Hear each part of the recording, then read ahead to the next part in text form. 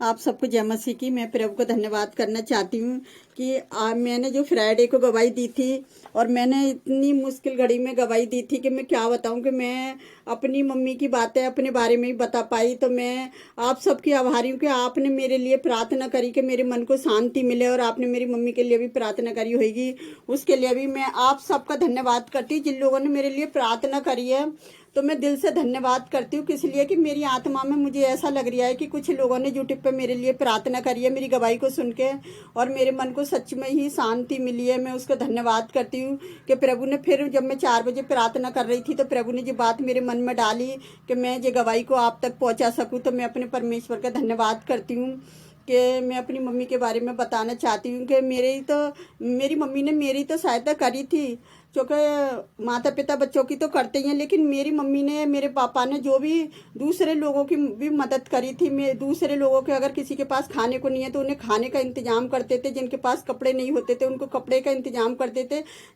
किसी को भी किसी भी वस्तु की ज़रूरत होती थी वो मेरी मम्मी ज़रूरत पूरी करती थी। और जब मेरे पापा जिंदे थे तो जब मेरे पापा पता है क्या करते, मेरे पापा रेलवे में सुपरवाइजर थे और मेरी मम्मी भी सरकारी, दोनों मेरे मम्मी पापा सरकारी जॉब करते थे और भी इसलिए लोगों की हेल्प कर पाते थे, और इसलिए मेरी मम्मी भी सही एज पर गई है। मैं उसके लिए परमेश्वर का धन्यवाद करती हूँ कि मेरे परमेश्वर ने जितनी मेरी मम्मी से सेवा लेनी थी उतनी सेवा ली, और हमारी सबकी भी लिए प्रभु ने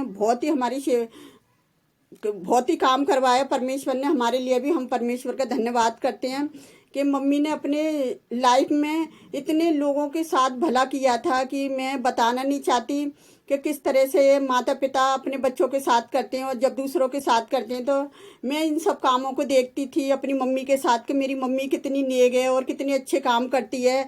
तो मैं अपने परमेश्वर का धन्यवाद करती हूँ कि मेरी मम्मी का असर मेरे ऊपर पड़ा, क्योंकि मेरे और भी बहन भाई हैं, मेरी मम्मी ने सबकी मदद करी। और लेकिन सबसे ज़्यादा मुझे ऐसा एहसास लगा कि शायद मम्मी के गुण मेरे अंदर आ गई है। जब मेरी शादी हुई, जब मैं शादी नहीं हुई थी तब भी मैं मम्मी जैसे ही काम करती थी। मम्मी को देख देख के किसी को खाना खिलाऊं, किसी को किसी चीज़ की ज़रूरत होती थी, मैं मम्मी से बोलती थी मम्मी इसको इस चीज़ की ज़रूरत है, तो मम्मी उसको करती थी। तो अभी मेरी शादी हुई तो अभी मैंने भी यही काम करना शुरू कर दिया। तो मैं भी एक दूसरे की हेल्प करने लगी, किसी को किसी चीज़ की ज़रूरत है तो मैं उस ज़रूरत को पूरी करने लगी। और ऐसे मैं परमेश्वर का धन्यवाद करती हूँ कि मेरी सास भी मुझे इतनी नेक मिली, कि मेरी सास भी इतना अच्छा काम करने वाली, मेरी सास का मुझे इतना प्यार मिला कि सचमुच मेरी बहू भी मेरी तरह आ गई है। और मेरी सास ने मेरा इतना हौसला बढ़ाया कि तू सदा ऐसे ही परमेश्वर में बनी रहे। तो मैं धन्यवाद करती हूँ अपने परमेश्वर का कि माता पिता से ही सब कुछ सीखने को मिलता है। और आज जो मैं सेवा कर रही हूँ अपने प्रभु यीशु की, अपनी माँ की ही वजह से कर रही हूँ कि मतलब मैंने अच्छा काम करना सीखा कि परमेश्वर ने मुझे इतने सारे बहन भाइयों में से मुझे चुना और मुझे खड़ा करा। तो मुझे आज प्रभु ने कुछ वचन देकर भी आशीषित किया है कि मैं उस वचन को आप सबके सामने पढ़ना चाहती हूँ कि अपने माता पिता से बच्चा किस प्रकार से शिक्षा प्राप्त करता है। तो यहाँ में दोनों ही बातें लिखी हुई हैं। हम इफोसियों की अध्याय में हम पढ़ेंगे, अध्याय 6 और उसका पहला और दूसरा। हे बालकों, प्रभु में अपने माता पिता की आज्ञाकारी बनो, क्योंकि यह उचित है।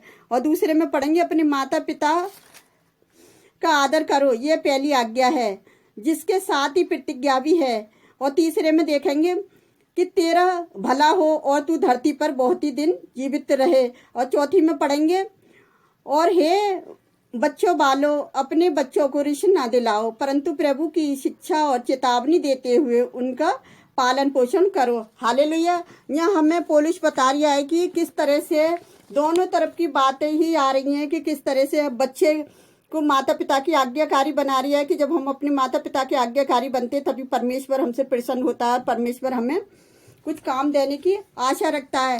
तो ऐसे ही जहाँ वचन में देखेंगे हम कि हमारी उम्र कुछ भी क्यों ना हो, जहाँ पौलुस बता रही है कि हमें किस तरह से जब हम बच्चे छोटे होते हैं पर लागू होता है कि पौलुस के कहने का मतलब ये नहीं है कि बड़े बच्चों को अपने माता पिता की आज्ञा का पालन करना चाहिए। पौलुस कहता है कि अभी तक माता पिता पर निर्भर रहने वाले छोटे बच्चों को भी अपने माता पिता की प्रत्येक आज्ञाकारी रहना चाहिए। नीति वचन 8 के 32-33 में 15 के 5 में, यदि हमारी उम्र आयु चाहे जितनी भी हो, हम अपने माता पिता का निरंतर आदर करना चाहिए।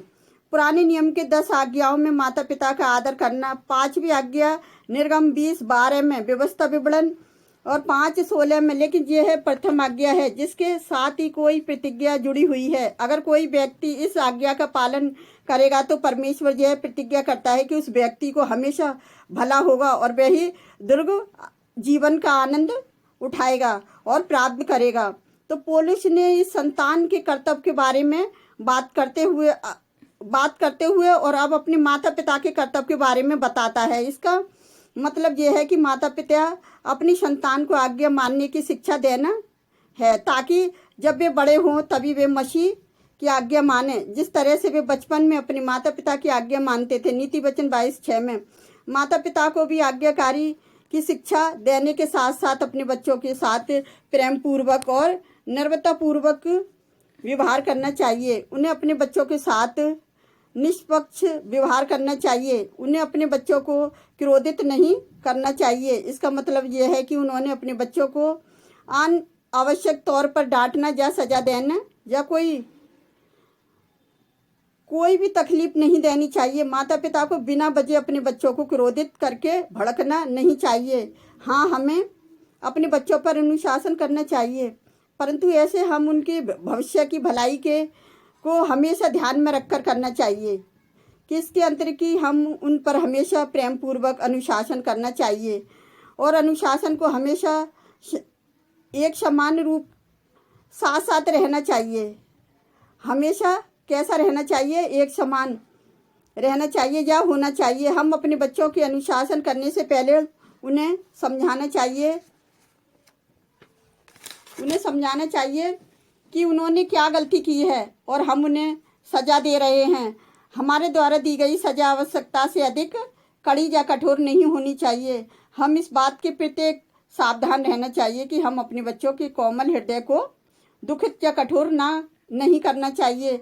हमें क्रोध नहीं करना चाहिए और हमें अधीर होकर अपने बच्चों पर कभी भी अनुशासन नहीं करना चाहिए। अगर हम अपने बच्चों के द्वारा दी गई गलती के कारण उसको क्रोधित या नाराज हैं तो उन्हें अनुशासन करने से पहले ही हम अपने क्रोध को खत्म होने तक प्रतीक्षा करनी चाहिए। कोलोसियर 3:21 में जिस प्रकार परमेश्वर ने पति को अधिकार दिया उसकी पत्नी के लाभ के उद्देश्य के उपाय करने के लिए दिया, उसी प्रकार परमेश्वर ने माता पिता को उनके बच्चों पर अधिकार उनके लाभ के लिए करने के लिए दिया है। व्यवस्था विवरण 6:6-7 में, कुरिन्थियों 12:14 में, तीमुथियुस 3:4 में। तो परमेश्वर का धन्यवाद करते हैं कि प्रभु यीशु मसीह किस तरह से हमें इस आज्ञा के बारे में बता रहे हैं कि हमें अपने बच्चों के बारे में भी बता रहे हैं कि किस तरह से प्रभु के अधीन रहना चाहिए। छोटे थे तो जब हम माता पिता के अधीन रहते थे और जब हम बड़े हो गए तो हम अब प्रभु के अधीन हैं।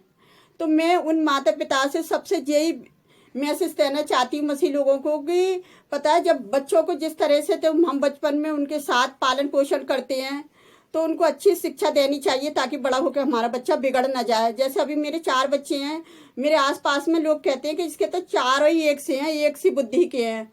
तो ये परमेश्वर की इच्छा है, ये परमेश्वर का अनुग्रह है मेरे बच्चों पर। और कहते हैं जब किसी का बच्चा बिगड़ा होता है ना, देख इसके बच्चे कितने अच्छे हैं, देख मेरा बच्चा दारू पी रहा है, देख मेरा बच्चा बीड़ी पी रहा है। तो मैं कहती हूँ कि बच्चों की कोई गलती नहीं है, गलती माता पिता की है, क्योंकि पहले माता पिता ध्यान नहीं रखते बच्चों का। जब बच्चे बड़े होकर गलत काम करने लग जाते हैं तब बाद में कहते हैं हाय मेरा बेटा मेरी बेटी बिगड़ गई।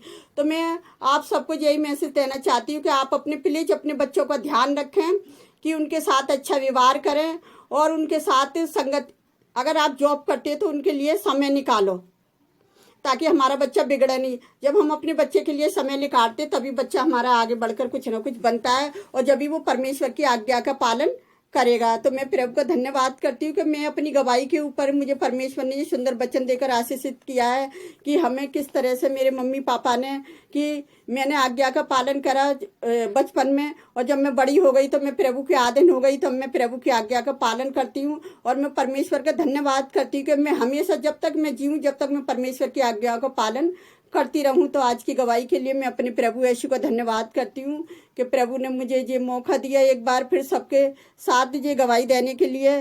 तो मैं सारी आशीषों के लिए परमेश्वर का धन्यवाद करती हूँ। और प्रभु जो भी इस गवाही को सुनता है और मेरे लिए प्रार्थना करता है, प्रभु उसे बहुतायत से आशीष दे और उसके परिवार में भी बड़ी आशीष और बड़ी बरकत हो। आप सबको जय मसीह की।